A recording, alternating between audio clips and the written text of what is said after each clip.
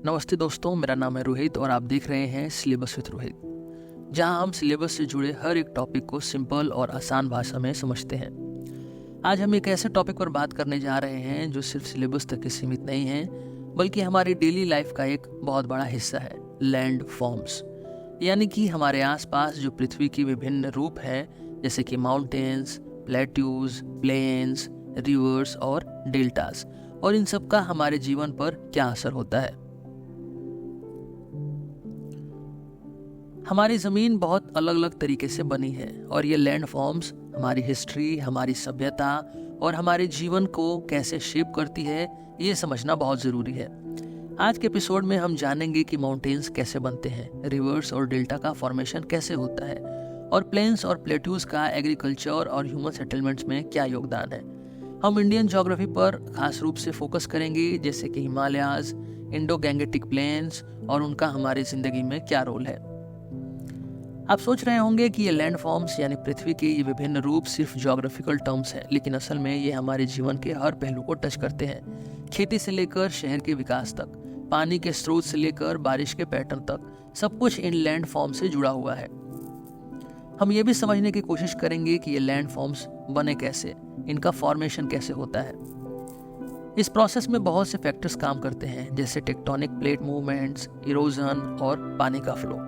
आज के एपिसोड में हम डिटेल में जाके देखेंगे कि हिमालयाज का फॉर्मेशन कैसे होता है, इंडो गैंगेटिक प्लेन्स क्यों इतनी फर्टाइल होती हैं, और रिवर्स का इंफ्रास्ट्रक्चर और पानी प्रबंधन में क्या योगदान है। तो चलिए हम इस सफ़र की शुरुआत करते हैं और एक्सप्लोर करते हैं ये ज़मीन के विभिन्न रूप जो हमारे आसपास के जीवन को इतना प्रभावित करते हैं। शुरुआत करेंगे हम माउंटेन्स से। माउंटेन्स यानी पहाड़ दुनिया के सबसे इम्पॉर्टेंट लैंड फॉर्म्स में से एक है। ये न सिर्फ हमारी दुनिया को अलग अलग रूप और रंग देते हैं, बल्कि इनका हमारे जीवन पर गहरा प्रभाव होता है। आज हम समझेंगे कि ये माउंटेन्स कैसे बनते हैं और इनका हमारी जिंदगी, सिविलाइजेशन और इंडियन ज्योग्राफी में क्या योगदान है। माउंटेन्स का फॉर्मेशन एक लंबे समय तक चलने वाली प्रक्रिया है। ये जमीन के अंदर होने वाले टेक्टोनिक प्लेट मूवमेंट्स का नतीजा होते हैं। जमीन का आउटर शेल यानी क्रस्ट अलग अलग प्लेट से मिलकर बना है, जिनको हम टेक्टोनिक प्लेट्स कहते हैं। ये प्लेट्स एक दूसरे के अगेंस्ट मूव करती रहती हैं, और जब ये प्लेट्स कोलाइड करती हैं तो जमीन का सरफेस ऊपर उठता है, जिसे हम माउंटेन फॉर्मेशन कहते हैं। इंडियन कॉन्टेक्स्ट में हिमालयाज का फॉर्मेशन एक बड़ा अच्छा एग्जाम्पल है। करीब 50 मिलियन साल पहले इंडियन टेक्टोनिक प्लेट और यूरेशियन टेक्टोनिक प्लेट के बीच टकराव के कारण हिमालय का जन्म हुआ। इंडियन प्लेट नॉर्थ की तरफ मूव कर रही थी और यूरेशियन प्लेट से टकराने के बाद दोनों प्लेट्स के बीच की जमीन पुश होकर ऊपर उठ गई। ये प्रोसेस आज भी चल रही है, इसीलिए हिमालयाज हर साल कुछ मिलीमीटर्स और बढ़ रहे हैं। हिमालय सिर्फ भारत के लिए ही नहीं, बल्कि पूरे एशिया के लिए एक महत्वपूर्ण भूमिका निभाते हैं। ये दुनिया के सबसे ऊंचे माउंटेन्स हैं, जिसमें माउंट एवरेस्ट सबसे ऊंचा है। हिमालयाज की जो सबसे बड़ी इंपॉर्टेंस है वो इंडिया और उसके आसपास के देशों की रिवर सिस्टम्स को कंट्रोल करने में है। हिमालय से कई बड़ी नदी निकलती है, जैसे गंगा, यमुना, ब्रह्मपुत्र। ये रिवर्स न सिर्फ भारत का एक बड़ा हिस्से को पानी देती हैं, बल्कि इनके आसपास के रीजन को फर्टाइल बनाकर खेती के लिए परफेक्ट कंडीशन तैयार करती हैं। हिमालयाज के बिना ये रिवर्स नहीं होती, और हमारे देश के सबसे समृद्ध प्लेन्स, इंडो गैंगेटिक प्लेन्स, जो हमारी इकोनॉमी और एग्रीकल्चर का बैकबोन है, कभी नहीं बनते। हिमालयाज का एक और इम्पॉर्टेंट रोल है इंडिया के मॉनसून पैटर्न्स को शेप करने में। हिमालयाज एक नेचुरल बैरियर का काम करते हैं, जो नॉर्थ से आने वाली ठंडी हवाओं को रोकते हैं। जब गर्मियों के टाइम मॉनसून विंड्स भारत की तरफ आती हैं, तो हिमालयाज उन्हें रोककर उस मॉइस्चर को प्लेन्स में बरसाते हैं। अगर हिमालयाज नहीं होते तो इंडिया में मॉनसून इतना इफेक्टिव नहीं होता और खेती के लिए पानी की कमी हो सकती थी। इसी वजह से हिमालयाज को इंडिया का क्लाइमेट कंट्रोलर भी कहा जाता है। माउंटेनस रीजन में एग्रीकल्चर और ह्यूमन सेटलमेंट को लेकर कुछ यूनिक चैलेंजेस और बेनिफिट्स दोनों होते हैं। सबसे पहले बात करते हैं चैलेंजेस की। माउंटेन रीजन्स में जमीन हमेशा स्लो पर होती है, इसलिए खेती करना यहाँ मुश्किल होता है। पैदल या ट्रांसपोर्ट के लिए सड़कें बनाना या इंफ्रास्ट्रक्चर डेवलप करना भी चैलेंजिंग होता है। सॉइल इरोजन का खतरा हमेशा बना रहता है, क्योंकि बारिश के बाद जमीन काफी फ्रजाइल हो जाती है और पानी सॉइल को वॉश कर देता है। यहाँ का वेदर भी एक्सट्रीम होता है, जिसकी वजह से लोगों को अपनी डेली की जिंदगी में काफी मुश्किलें आती हैं। अगर बात बेनिफिट्स की करें तो माउंटेन्स रीजन अपनी यूनिक खेती के लिए भी जाने जाते हैं। टेरेस फार्मिंग यानी सीधी खेत बनाने की टेक्निक माउंटेन्स रीजन का ये खास तरीका होता है। ये खेती का एक पुराना तरीका है जो पहाड़ी इलाकों में आसान और फायदेमंद होता है। इसके अलावा माउंटेन्स को कूल क्लाइमेट में कुछ खास क्रॉप्स जैसे टी, कॉफी, स्पाइसेस और मेडिसिनल प्लांट्स अच्छी तरह से उगते हैं। माउंटेन्स का ह्यूमन सिविलाइजेशन में एक बड़ा रोल है। ये हमेशा से नेचुरल बैरियर रहते हैं जो हमारी प्रोटेक्शन का काम करते हैं। भारत के कॉन्टेक्स्ट में देखा जाए तो हिमालयाज ने हमेशा भारत को नॉर्थ की तरफ से आने वाले इन्वेजन से बचाया है। हिस्ट्री में आप देखेंगे कि कई बार इन्वेजन्स सिर्फ इसलिए नहीं हो पाए क्योंकि हिमालयाज के पहाड़ों को पार करने का काम लगभग असंभव था। माउंटेन्स के नेचुरल बैरियर होने के अलावा ये हमारे सबसे बड़े वाटर सोर्सेज भी हैं, जिसे हमने पहले बात की थी। हिमालयाज से निकलने वाले रिवर्स जैसे गंगा, यमुना और ब्रह्मपुत्र पूरे नॉर्थ और ईस्टर्न इंडिया के लिए एक लाइफलाइन है। ये रिवर्स हमें खेती के लिए पानी देती हैं, ड्रिंकिंग वाटर प्रोवाइड करती हैं और बड़े बड़े सिटीज का इंफ्रास्ट्रक्चर इन्हीं रिवर्स के आसपास डेवलप हुआ है। माउंटेन्स का रोल सिर्फ प्रोटेक्शन और पानी तक सीमित नहीं है, ये टूरिज्म और कल्चरल सिग्निफिकेंस के लिए भी जाने जाते हैं। हिमालयस का एग्जाम्पल लें तो ये दुनिया भर के लोगों के लिए एक टूरिज्म हब है। माउंट एवरेस्ट, जो कि हिमालयस का एक हिस्सा है, दुनिया भर के क्लाइंबर्स के लिए एक ड्रीम डेस्टिनेशन है। हर साल हजारों लोग माउंट एवरेस्ट की चढ़ाई करने आते हैं। यह टूरिज्म न सिर्फ लोकल इकोनॉमी को बूस्ट करता है बल्कि इस रीजन के लोगों के लिए एम्प्लॉयमेंट अपॉर्चुनिटीज भी लाता है। इसके अलावा हिमालयस का एक स्पिरिचुअल रेलेवेंस भी है। हमारे देश में हिमालयस को हमेशा एक पवित्र स्थल माना गया है। हरिद्वार, केदारनाथ, बद्रीनाथ और अमरनाथ जैसे पवित्र धाम हिमालयस के ही हिस्सा है और यह पूरी दुनिया के लोगों के लिए एक स्पिरिचुअल डेस्टिनेशन है। तो ये थे माउंटेन्स जो हमारी जिंदगी का एक अहम हिस्सा है। इनका फॉर्मेशन एक नेचुरल प्रोसेस है जो मिलियंस ऑफ ईयर्स तक चलता रहता है और इनका रोल ह्यूमन सिविलाइजेशन के हर पहलू में दिखाई पड़ता है, चाहे वो हमारे वेदर को कंट्रोल करना हो, एग्रीकल्चर को सपोर्ट करना हो या फिर हमें प्रोटेक्शन और कल्चरल आइडेंटिटी देना हो।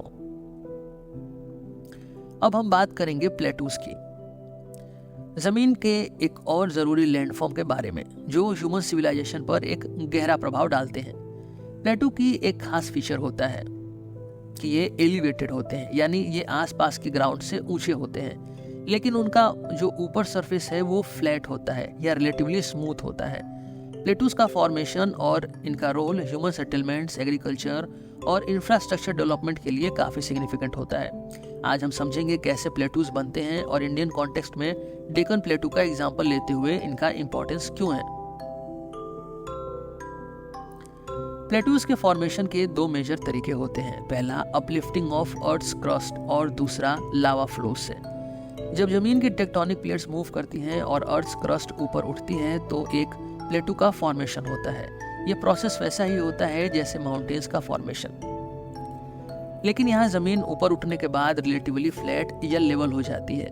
दूसरा प्रोसेस होता है जब लावा फ्लोज, यानी जब वोल्केनो से निकला हुआ लावा सॉलिडिफाई होकर एक बड़े एरिया में स्प्रेड हो जाता है। इस लावा के डिपॉजिट के बाद जब वो ठंडा हो जाता है तो प्लेटू का फॉर्मेशन होता है। इंडियन ज्योग्राफी में डेक्कन प्लेटू इसका एक परफेक्ट एग्जांपल है। डेक्कन प्लेटू का फॉर्मेशन वोल्केनिक एक्टिविटीज के कारण हुआ था। ये पूरा एरिया पहले लावा फ्लो से कवर हो गया था और जब ये लावा सॉलिडिफाई हो गया तो इसने एक बड़ा प्लेटू बना दिया। डेक्कन प्लेटू भारत के सबसे बड़े और प्रमुख प्लेटूज में से एक है जो इंडिया के इकोनॉमी, एग्रीकल्चर और इंडस्ट्रियल डेवलपमेंट में एक बड़ा योगदान देता है। प्लेटूज को हम नेचर के ट्रेजर हाउसेस भी कहते हैं क्योंकि इन एरियाज में कई मिनरल्स पाए जाते हैं। डेक्कन प्लेटू के नीचे काफी सारे मिनरल्स हैं जैसे कोल, आयरन ओर, मैग्नीज और माइका। ये मिनरल्स भारत के माइनिंग और इंडस्ट्रियल डेवलपमेंट का बैकबोन है। माइनिंग के माध्यम से ये मिनरल्स निकाले जाते हैं जो देश की इकोनॉमी को बूस्ट करते हैं। स्पेशली आयरन ओर और कोयल का इंपॉर्टेंस इंडस्ट्रीज के लिए बेहद ज्यादा है क्योंकि आयरन से स्टील बनता है जो इंफ्रास्ट्रक्चर और इंडस्ट्रीज के डेवलपमेंट के लिए काफी जरूरी है। माइनिंग से इकोनॉमी पर डायरेक्ट और इनडायरेक्ट दोनों तरीके से प्रभाव पड़ता है। एक तरफ मिनरल्स निकालकर हम अपने इंडस्ट्रीज को रॉ मटेरियल देते हैं और दूसरी तरफ माइनिंग और इंडस्ट्रीज से हजारों लोगों को रोजगार मिलता है। प्लेटूज का एक और इम्पॉर्टेंट एस्पेक्ट है उनका एग्रीकल्चरल और इंडस्ट्रियल डेवलपमेंट में योगदान। डेक्कन प्लेटू में पाई जाने वाली ब्लैक सॉइल यहाँ की एग्रीकल्चर के लिए बहुत फायदेमंद है। यहाँ की ब्लैक सॉइल को रिगर सॉइल भी कहते हैं जो कॉटन की खेती के लिए सबसे बेस्ट मानी जाती है। भारत का कॉटन प्रोडक्शन काफ़ी हद तक डेक्कन प्लेटू की ब्लैक सॉइल पर डिपेंडेंट है और इसी वजह से ये रीजन कॉटन बेस्ड इंडस्ट्रीज का एक इम्पॉर्टेंट हब है। प्लेटूज का फ्लैट सरफेस इंडस्ट्रीज के डेवलपमेंट के लिए परफेक्ट कंडीशंस प्रोवाइड करती है। ज़मीन रिलेटिवली फ्लैट होती है, इसलिए यहाँ लार्ज स्केल इंफ्रास्ट्रक्चर और इंडस्ट्रीज डेवलप्ड की जा सकती है। डेक्कन प्लेटू के आसपास आप देखेंगे कि काफ़ी बड़े सिटीज़ और इंडस्ट्रियल जोन्स का डेवलपमेंट हुआ है। पुणे, हैदराबाद और बेंगलोर जैसे बड़े शहर इसी प्लेटू के रीजन्स में आते हैं, जो भारत के इंडस्ट्रियल और टेक्नोलॉजिकल हब्स बन चुके हैं। यानी कि प्लेटूज ने यहाँ के इंडस्ट्रियल डेवलपमेंट को सपोर्ट किया है और इंफ्रास्ट्रक्चर को एक ठीक बेस प्रोवाइड किया है। प्लेटू का रोल ह्यूमन सिविलाइजेशन के लिए काफ़ी गहरा रहा है, खासकर एग्रीकल्चर और इंफ्रास्ट्रक्चर के मामले में। जैसे हमने पहले डिस्कस किया, डेक्कन प्लेटू का ब्लैक सॉइल कॉटन फार्मिंग के लिए बेस्ट होता है। यहाँ की सॉइल में ऑर्गेनिक मटेरियल ज़्यादा होता है, जो क्रॉप्स के लिए न्यूट्रिएंट्स प्रोवाइड करता है। इसी वजह से भारत का कॉटन प्रोडक्शन यहाँ कंसंट्रेट होता है और कॉटन बेस्ड इंडस्ट्रीज को यहाँ से काफ़ी सपोर्ट मिलता है। यहाँ की खुशहाल खेती ने भारत की इकोनॉमी को सेंचुरी से सस्टेन किया है और आज भी ये रीजन खेती के लिए फेमस है। इसके साथ ही प्लेटूज का फ्लैट सरफेस ह्यूमन सेटलमेंट्स और इंफ्रास्ट्रक्चर डेवलपमेंट के लिए आइडियल होता है। ज़्यादा एलिवेशन या स्लोप नहीं होने के कारण यहाँ रोड्स, रेलवेज और इंडस्ट्रीज को बनाना रिलेटिवली ईजी होता है। इस वजह से कई बड़े बड़े शहरों का विकास यहाँ हुआ था। जैसे कि हमने पहले डिस्कस किया, डेक्कन प्लेटू का रीजन पुणे, हैदराबाद और बेंगलोर जैसे शहरों को एकोमोडेट करता है, जहाँ टेक्नोलॉजिकल और इंडस्ट्रियल ग्रोथ काफ़ी तेजी से हुई है। प्लेटूज के पास नेचुरल रिसोर्स और मिनरल्स होने की वजह से ये हमेशा से इकोनॉमिक एक्टिविटीज़ का सेंटर्स रहे हैं। माइनिंग से लेकर एग्रीकल्चर तक और इंडस्ट्रियल डेवलपमेंट से लेकर ह्यूमन सेटलमेंट तक प्लेटूज हर फील्ड में अपना एक सिग्निफिकेंट योगदान रखते हैं। ये एरियाज इकोनॉमिक ग्रोथ के लिए बहुत ज़रूरी होते हैं और ये सेंचुरीज से ह्यूमन सिविलाइजेशन को सपोर्ट करते आए हैं। अब हम प्लेन्स के बारे में बात करेंगे, जो ज़मीन के सबसे फर्टाइल और ह्यूमन सेटलमेंट के लिए मोस्ट फेवरेबल रीजन्स होते हैं। प्लेन्स का फॉर्मेशन, उनका सिविलाइजेशन में रोल और ये कैसे एग्रीकल्चर, इंफ्रास्ट्रक्चर और पॉपुलेशन सेंटर्स को सपोर्ट करते हैं, इस पर हम चर्चा करेंगे। इंडियन कॉन्टेक्स्ट में इंडो गैंगेटिक प्लेन्स का एग्जाम्पल लेते हुए हम देखेंगे कि ये कैसे भारत के विकास में एक महत्वपूर्ण भूमिका निभा रहे हैं। प्लेन्स का फॉर्मेशन प्रमुख रूप से रिवर सेडिमेंट्स के डिपोजिशन और इरोजन के थ्रू होता है। जब रिवर्स अपने पाथ में चलते हुए सेडिमेंट्स को अपने साथ लेकर आती हैं, तो इन सेडिमेंट्स का डिपोजिशन प्लेट्स में होता है। ये डिपोजिशन स्लो और लंबे समय तक चलने वाला प्रोसेस है, जो ज़मीन को एक फ्लैट और फर्टाइल सरफेस में बदल देता है। प्लेन्स को फर्टाइल बनाने में एलुवियल सॉइल का बड़ा योगदान होता है, जो रिवर के द्वारा लाए गए मिट्टी के टुकड़े होते हैं। इंडियन ज्योग्राफी में इंडो गैंगेटिक प्लेन्स इसका एक परफेक्ट उदाहरण है। ये प्लेन्स इंडस, गंगा और ब्रह्मपुत्र जैसे रिवर्स के डिपोजिशन के कारण बने हैं। इंडो गैंगेटिक प्लेन्स दुनिया के सबसे फर्टाइल एरियाज में से एक माने जाते हैं और यहाँ की मिट्टी एग्रीकल्चरल एक्टिविटीज़ के लिए आइडियल होती है। इसलिए यहाँ हर तरफ खेती और लश ग्रीन फील्ड्स दिखाई देते हैं। ये प्लेन्स अपने वाइड स्प्रेड और फर्टिलिटी की वजह से भारत का इकोनॉमिक और एग्रीकल्चरल बेस है। प्लेन्स सिर्फ एग्रीकल्चरल विकास के लिए नहीं, बल्कि सिविलाइजेशनल डेवलपमेंट के लिए भी बहुत ज़रूरी रहे हैं। हड़प्पा और मोहनजोदाड़ो जैसे पुराने शहर, जो इंडस वैली सिविलाइजेशन के पार्ट्स थे, इंडो गैंगेटिक प्लेन्स के रीजन्स में ही थे। ये सबसे पुरानी और एडवांस्ड सिविलाइजेशंस में से एक थी, जो इस बात का प्रमाण है कि प्लेन्स ह्यूमन सेटलमेंट के लिए कितने फेवरेबल होते हैं। इस रीजन की फर्टाइल सॉइल और पानी की उपलब्धता ने इस सिविलाइजेशन को फ्लरिश करने में मदद की। इंडस वैली सिविलाइजेशन का डेवलपमेंट फर्टाइल प्लेन्स में होने के कारण आसान बना, जहाँ लोग खेती करते थे और सरप्लस फूड प्रोड्यूस करते थे। ये सबल और समृद्धि सोसाइटी तभी विकसित हो सकती थी जब फूड सिक्योरिटी थी, जो सिर्फ प्लेन्स जैसे फर्टाइल रीजन्स में ही संभव थी। हड़प्पा और मोहनजोदाड़ो का systematically planned cities, irrigation system और ट्रेडिंग रूट्स, ये सब यही फर्टाइल प्लेन्स में पॉसिबल थे। प्लेन्स का सबसे बड़ा योगदान एग्रीकल्चर में होता है। जैसा कि हमने देखा, प्लेन्स की एलुवियल सॉइल सबसे फर्टाइल होती है, जिसमें क्रॉप्स को ग्रो करना आसान होता है। इंडो गैंगेटिक प्लेन्स में आपको wheat, rice, sugar cane, cotton और कई क्रॉप्स का इंटेंसिव कल्टीवेशन दिखाई देगा। भारत के ज़्यादातर एग्रीकल्चरल प्रोडक्शन का बेस यही प्लेन्स है। ये फर्टाइल रीजन्स क्रॉप्स के लिए आइडियल होते हैं, क्योंकि यहाँ इरिगेशन के भी कई ऑप्शंस होते हैं। नदियों के पास होने की वजह से पानी की उपलब्धता काफ़ी आसानी से हो जाती है, जो खेती के लिए ज़रूरी होता है। अगर हम इंडो गैंगेटिक प्लेन्स की बात करें तो ये रीजन ग्रीन रिवॉल्यूशन का सेंटर रहा है। जब भारत को अपनी फूड सिक्योरिटी को बूस्ट करना था तो इस रिवॉल्यूशन ने इंडो गैंगेटिक प्लेन्स के फर्टाइल लैंड्स को पूरा यूज किया। यहाँ के किसानों ने high yielding varieties of seeds, fertilisers और इरिगेशन टेक्निक्स का उपयोग करके देश का एग्रीकल्चरल आउटपुट काफी बढ़ाया। ये प्लेन्स भारत की खेती और फूड प्रोडक्शन के बैकबोन है।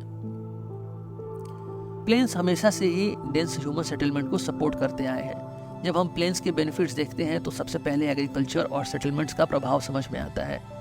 प्लेन्स का फ्लैट और फर्टाइल सरफेस ह्यूमन हैबिटेशन के लिए आइडियल होता है। इस वजह से प्लेन्स रीजन्स में हिस्टोरिकली सबसे ज्यादा पॉपुलेशन बसने लगी। इंडो गैंगेटिक प्लेन्स इस बात का जीवंत एग्जाम्पल है, जहां आपको भारत की सबसे बड़ी और डेंस पॉपुलेशन सेटलमेंट्स मिलेंगी। क्योंकि प्लेन्स फ्लैट होते हैं, यहाँ इंफ्रास्ट्रक्चर डेवलपमेंट भी ज़्यादा आसान होता है। रोड नेटवर्क्स, रेलवेज और हाईवेज को प्लेन्स में बनाना रिलेटिवली सस्ता और आसान होता है। इसी वजह से प्लेन्स मेजर ट्रांसपोर्ट नेटवर्क के हब्स बन गए हैं। इंडो गैंगेटिक प्लेन्स में आपको भारत के सबसे बड़े शहर मिलते हैं, जैसे कि दिल्ली, कोलकाता और लखनऊ। ये शहर भारत के इकोनॉमिक और पॉलिटिकल हब्स हैं और यहाँ के इंफ्रास्ट्रक्चर प्लेन्स की वजह से तेजी से डेवलप हो पाए। प्लेन्स का फ्लैट टेरेन रेलवे और हाईवेज के डेवलपमेंट के लिए भी परफेक्ट होता है। यहाँ लॉन्ग डिस्टेंस ट्रांसपोर्ट सिस्टम को डेवलप करना रिलेटिवली इजी होता है, क्योंकि ज़मीन फ्लैट होती है। इस वजह से प्लेन्स में आपको डेंस ट्रांसपोर्ट नेटवर्क्स मिलेंगे जो शहरों को एक दूसरे से जोड़ते हैं। भारत के ट्रांसपोर्ट सिस्टम का एक बड़ा हिस्सा इंडो गैंगेटिक प्लेन्स में ही कंसंट्रेटेड है। ये हाईवेज और railways agricultural produce, industrial goods और लोगों को आसानी से ट्रांसपोर्ट करने में मदद करते हैं। प्लेन्स का फॉर्मेशन और इनका रोल ह्यूमन सिविलाइजेशन के लिए बेहद महत्वपूर्ण रहा है। इंडो गैंगेटिक प्लेन्स का एग्जाम्पल से हम देख सकते हैं कि कैसे प्लेन्स फर्टाइल रीजन्स को जन्म देते हैं, जो एग्रीकल्चर को सपोर्ट करते हैं और सिविलाइजेशन का बेस बनाते हैं। यहाँ की एलुवियल सॉइल और इरिगेशन सिस्टम ने भारत की खेती और फूड प्रोडक्शन को बढ़ाया है। प्लेन्स सिर्फ एग्रीकल्चर के लिए नहीं बल्कि ह्यूमन सेटलमेंट्स और इंफ्रास्ट्रक्चर डेवलपमेंट के लिए भी आइडियल होते हैं। यहाँ का फ्लैट टेरेन इंफ्रास्ट्रक्चर प्रोजेक्ट जैसे हाईवेज, रेलवेज और अर्बन डेवलपमेंट के लिए भी परफेक्ट होता है। इंडो गैंगेटिक प्लेन्स ने भारत के सबसे बड़े शहर और ट्रांसपोर्ट नेटवर्क्स को एकोमोडेट किया है, जिससे यहाँ का इकोनॉमिक विकास संभव हो पाया है। प्लेन्स हमेशा से ह्यूमन सिविलाइजेशन की बैकबोन रहे हैं और ये आज भी एक क्रूशियल रोल प्ले करते हैं। अब हम अपनी इस पॉडकास्ट में बात करेंगे रिवर्स के बारे में। रिवर्स सिर्फ पानी का एक बहता हुआ सोर्स नहीं होती हैं, बल्कि पूरी ह्यूमन सिविलाइजेशन का बेस भी होती है। माउंटेन से पानी मेल्ट होने से लेकर रिवर्स के थ्रू डेल्टा फॉर्मेशन तक का प्रोसेस और इनका एग्रीकल्चर, ह्यूमन सेटलमेंट और इंफ्रास्ट्रक्चर में रोल बेहद महत्वपूर्ण है। भारत के कॉन्टेक्स्ट में गंगा, यमुना और ब्रह्मपुत्र जैसी नदियों का महत्व को हम समझते हैं। रिवर्स का फॉर्मेशन एक नेचुरल प्रोसेस है जो माउंटेन से शुरू होता है। जब ऊपर पहाड़ों पर ग्लेशियर्स मेल्ट होते हैं या फिर बारिश का पानी नीचे की तरफ आता है तो ये पानी एक जगह से बहता हुआ रिवर्स को जन्म देता है। रिवर्स का सोर्स माउंटेन्स या ग्लेशियर्स में होता है। जब ग्लेशियर्स मेल्ट होते हैं तो पानी नीचे प्लेन्स की तरफ बहता है और धीरे धीरे एक रिवर सिस्टम बनाता है। ये पानी पहाड़ के ऊपर से नीचे आते हुए ट्रिब्यूटरीज बनाता है, यानी छोटी छोटी नदियां जो एक बड़ी रिवर में मिलती हैं और उसका फ्लो बढ़ाती है। जब ये रिवर्स प्लेन्स तक पहुंचती हैं तो धीरे धीरे उसका फ्लो स्लो होने लगता है और उस पानी में जो सेडिमेंट्स होते हैं वो प्लेन्स में डिपॉजिट होने लगते हैं। ये डिपोजिशंस डेल्टा फॉर्मेशन का प्रोसेस होता है। डेल्टा एक ऐसे रीजन को कहते हैं जहाँ रिवर अपने फाइनल स्टेट में आती है और ओशन या सी मिलने से पहले कई ब्रांचेस में डिवाइड हो जाती है। डेल्टा रीजन्स जनरली फर्टाइल होते हैं और यहाँ एग्रीकल्चर के लिए आइडियल कंडीशंस मिलती हैं। भारत में सुंदरबन डेल्टा, जो गंगा और ब्रह्मपुत्र नदियों का ज्वाइंट डेल्टा है, इसका एक एक्सीलेंट एग्जाम्पल है। रिवर्स और ह्यूमन सिविलाइजेशन का संबंध प्राचीन काल से रहा है। सबसे पुरानी सिविलाइजेशंस नदियों के किनारे ही बनी थी। इजिप्ट में नील नदी के आसपास, मेसोपोटामिया में टिग्रिस और यूफ्रेट्स के किनारे, और भारत में इंडस वैली सिविलाइजेशन जो इंडस नदी के किनारे बसी थी। ये सब सिविलाइजेशंस नदियों के किनारे इसलिए विकसित हुई क्योंकि रिवर्स हमेशा से पानी और फर्टाइल सॉइल का सोर्स रही है।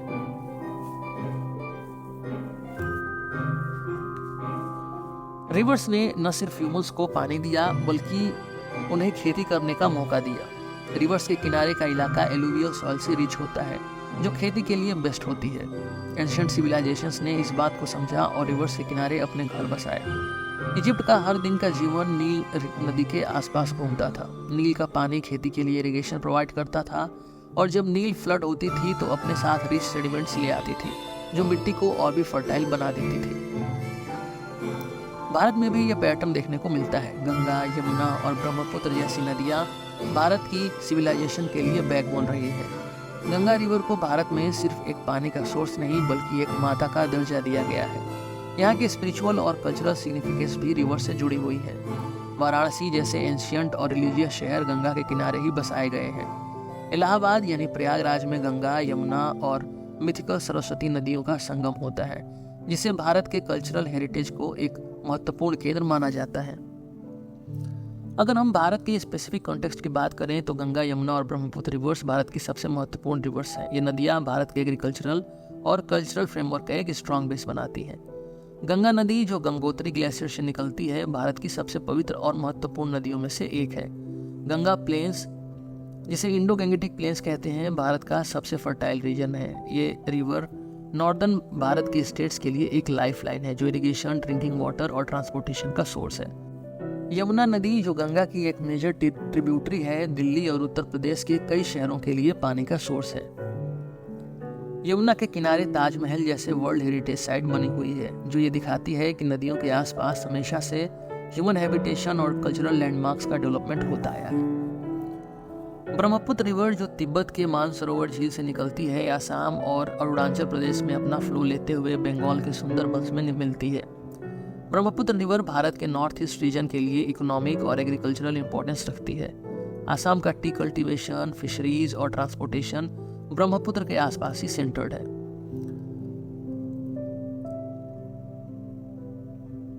रिवर्स हमेशा से ह्यूमन सेटलमेंट्स का डेवलपमेंट के लिए क्रूशियल रही है। पानी के बिना कोई भी सोसाइटी सर्वाइव नहीं कर सकती और नदियां सबसे रिलायबल पानी का सोर्स होती हैं। जब भी हम एंशिएंट शहरों की बात करते हैं तो आपको पता चलता है कि ये मोस्टली रिवर्स के किनारे ही बसे थे।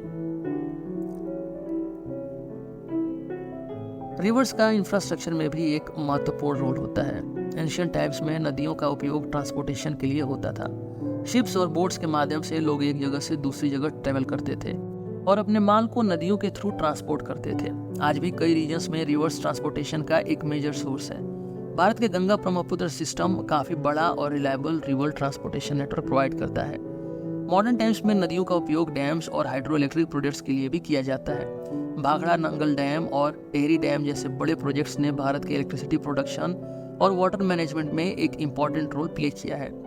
डैम्स न सिर्फ इरिगेशन के लिए पानी स्टोर करते हैं बल्कि ये हाइड्रो इलेक्ट्रिक पावर भी जनरेट करते हैं जो हमारे देश की एनर्जी नीड्स को पूरा करने में मदद करती है। भाखड़ा नंगल डैम जो सतलुज रिवर पर बना है एक इंजीनियरिंग मार्वेल है। ये न सिर्फ पंजाब और हरियाणा के रीजन्स में पानी को सप्लाई करता है बल्कि ये इलेक्ट्रिसिटी भी जनरेट करता है। इसी तरह टेहरी डैम जो उत्तराखंड में भागीरथी रिवर पर बना है भारत के सबसे बड़े हाइड्रो इलेक्ट्रिक प्रोजेक्ट्स में से एक है। ये नदियों का इंफ्रास्ट्रक्चर और उनके प्रैक्टिकल उपयोग का एक अच्छा एग्जाम्पल है।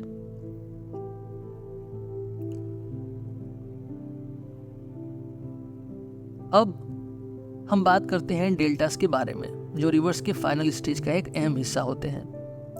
डेल्टा का फॉर्मेशन एक कॉम्प्लेक्स नेचुरल प्रोसेस है। जब एक रिवर अपने फ्लो के एंड में होती है यानी समुंदर या ओशन में मिलने से पहले तो उसका फ्लो की स्पीड धीरे हो जाती है।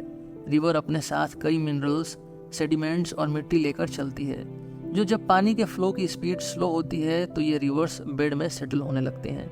इन डिपॉजिट्स के कारण रिवर कई ब्रांचेस में डिवाइड हो जाती है और डेल्टा का क्रिएशन होता है। ये ब्रांचेस और उनके बीच के रीजन्स फर्टाइल होते हैं क्योंकि यहाँ रिवर के डिपॉजिट की गई एलुवियल सॉइल होती है जो न्यूट्रिएंट से भरपूर होती है। भारत के सुंदरबन डेल्टास का एग्जाम्पल इस प्रोसेस का एक परफेक्ट एक्सप्लेनेशन है। सुंदरबंस डेल्टा जो गंगा और ब्रह्मपुत्र नदियों के मिलने से बनता है दुनिया का सबसे बड़ा डेल्टा है। ये डेल्टा रीजन वेस्ट बंगाल और बांग्लादेश के रीजन्स में स्प्रेड है। सुंदरबंस न सिर्फ अपने साइज के लिए फेमस है बल्कि यहाँ की मैंग्रोव फॉरेस्ट और यूनिक वाइल्ड लाइफ जैसे रॉयल बंगाल टाइगर के लिए भी जाना जाता है। तो आज के इस पॉडकास्ट में हमने देखा कि कैसे अलग अलग landforms, mountains, plateaus, plains, rivers और डेल्टास ह्यूमन सेटलमेंट, एग्रीकल्चर और इंफ्रास्ट्रक्चर को डीपली इम्पैक्ट करते हैं। हिमालयाज हमारे देश के लिए एक नेचुरल वाटर सोर्स हैं जो भारत की मेजर रिवर्स को जन्म देते हैं। इंडो गैंगेटिक प्लेन्स ने हमेशा भारत का एग्रीकल्चर बेस बनकर देश की इकोनॉमी को सपोर्ट किया है। डेल्टास जैसे सुंदरबंस ने फिशिंग और बायोडाइवर्सिटी के लिए एक यूनिक इकोसिस्टम क्रिएट किया है, जबकि कोस्टल प्लेन्स और घाट्स देश के मैरीटाइम ट्रेड और इंफ्रास्ट्रक्चर डेवलपमेंट में क्रिटिकल रोल प्ले करते हैं। इसके साथ हमारा ये एपिसोड यहीं पे ख़त्म हुआ। अगले एपिसोड में हम कुछ और इंटरेस्टिंग टॉपिक पर फिर से बात करेंगे। मैं हूँ रोहित और ये था सिलेबस विद रोहित।